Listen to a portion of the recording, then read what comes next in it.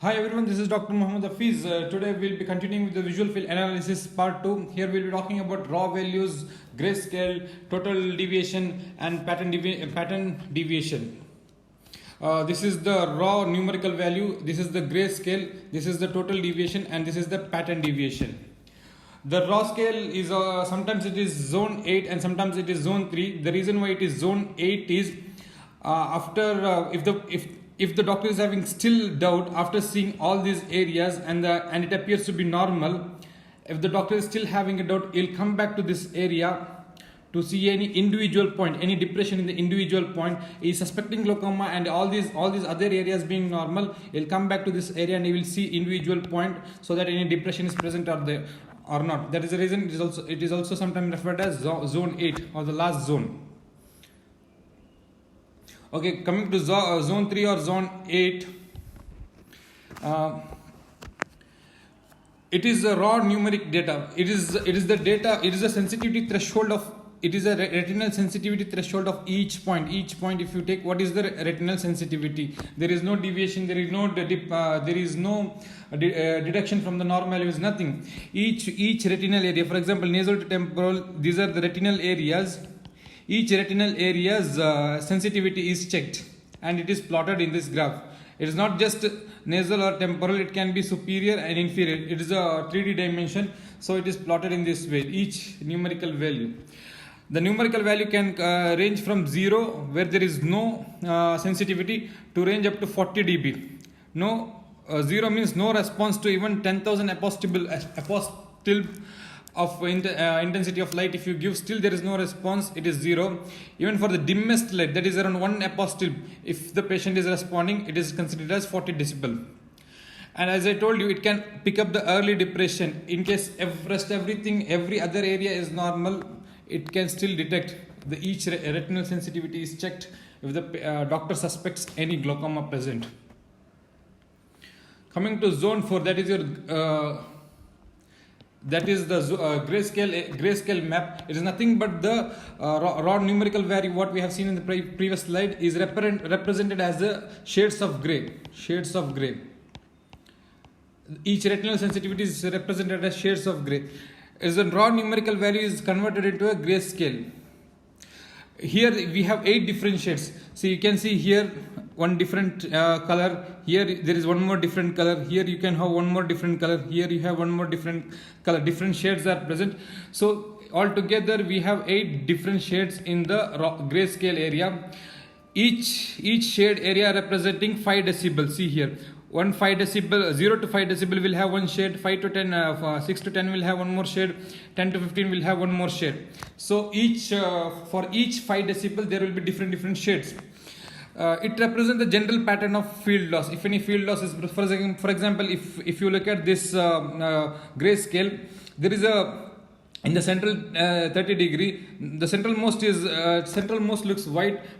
Surrounding the centralmost part, there is a generalized field loss. There is a generalized depression in the field loss just peripheral to the central area. Altogether it is 30 degree. Still it is a central area. The drawback is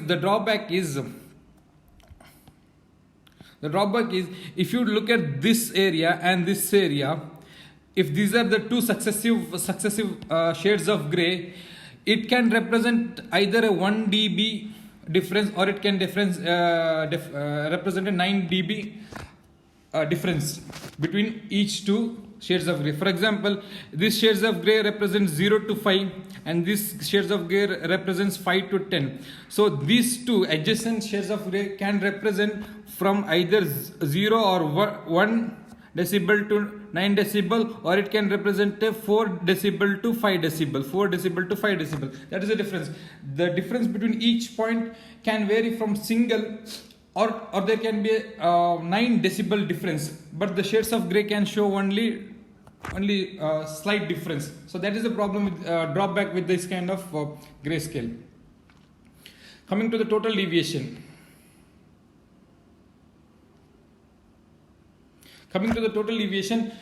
This is the patient's threshold sensitivity and age match normal, the difference between those two.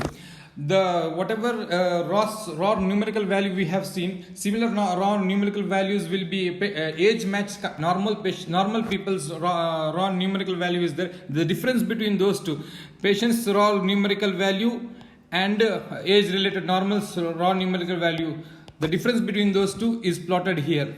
Each retinal point they will plot the difference. It is called as total deviation. Total deviation from each point from the age matched normals and that of the patient's threshold. So it comes in two plots. One is numerical. This is the numerical one, and one is probability plot. Now you have to now you should not confuse this probability plot with the grayscale. There is a lot of difference because in grayscale we have 8 shades. Here we have 4 shades.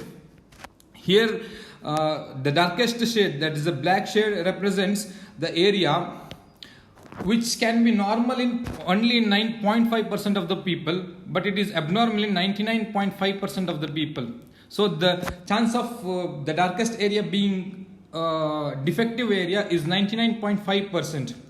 This second next to that will be it can be normal in 1% of the population, but the chance of it being abnormal in 99% of the population. Here 98% of the population, here 95% of the population, these dark spots can be abnormal. As the shades of as it goes towards the darker area, the chances of being that point abnormal is more. The chance of being abnormal is more. Okay.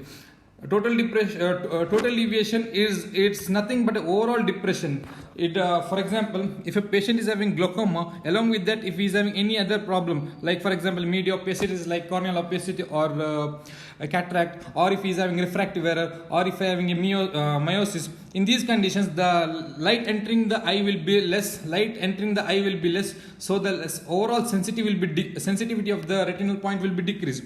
The patient can, along with these problems, patient can either have a glaucoma or not.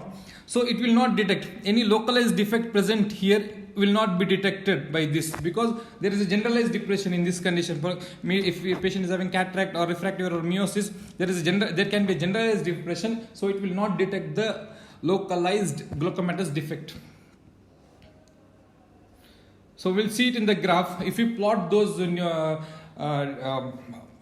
total deviation plot in a graph. For example, this is the raw numerical value of the patient, and it is the age matched controls raw numerical value. If you combine together, if there is a patient is having normal, there is no cataract or there is no glaucoma, so it is the difference between them is almost zero or very less. The difference is very minimal. The patient can be normal. In patients who is having no cataract, there is no cataract, but is having glaucoma. So there will be a defect here. There will be a defect shown in the total deviation, but rest other points will be close to the normal. So a defect will be detected. But problem comes when there is a glaucoma defect along with the media opacity. What happens is here the overall plot of the patient is depressed. Along with that, patient will have glaucomatous defect. So the contrast sensitivity is very less. So this overall depression will mask the local defect caused by glaucoma. Overall, these are the deviation. There is a overall depression or generalized depression which masks the local defects due to glaucoma. So in such conditions where there is any other problem like glaucoma or lenticular opacity or miosis or refractive error, this total deviation will not give a correct picture. So that is the reason we have one more plot called as pattern deviation. pattern deviation zone. This corrects for any generalized depression. It highlights the localized defect. For example, this is nothing that you are trying to adjust the contrast sensitivity. For example, in total deviation, if the contrast sensitivity has gone towards the darker area or black area, you try to brighten a bit so that it stands out good. It stands out good. That's how you do here. It's just like how you adjust your contrast sensitivity. Here also you have numerical plot and a probability plot. How it is done is, 7th best retinal sensitivity is taken or seen as a total deviation plot. For example, there is a difference. This is the raw value of the control, normal people, or this is the raw value of the subject.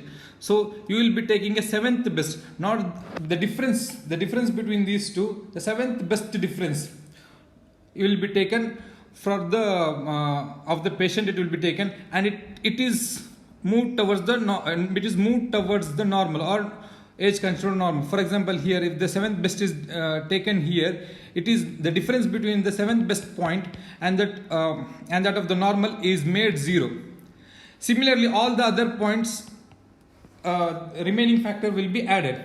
The way you add to this point the extra decibel, you will be adding extra decibel to all the other point, so that almost which is close to the normal will become normal, but this localized defect will stand out.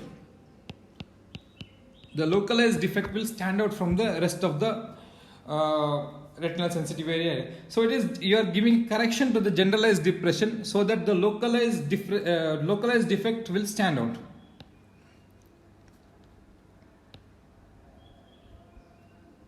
For example, if you see the total deviation, it looks there is a generalized defect here. Generalized defect. When you correct for the total deviation, now what you are seeing is, only the defects are present only in the periphery. The central area appears normal or more sensitivity. The central area appears a little bit more sensitivity for the light than these peripheral areas. So the defects, this is the defects. Earlier in this picture you could not make out the peripheral defect and the central normal area, but when you correct it for the generalized depression, centrally it will become clear, so that peripheral defect stands out. Okay, this is about the pattern deviation. In the next class we will talk about the global indices, that is your mean deviation, pattern standard deviation. This is a very interesting class. If any doubt, please ask me in the comment section. Of any correction, please let me know. Finally, like, share and subscribe my channel and click the bell icon for notification. Thank you everyone.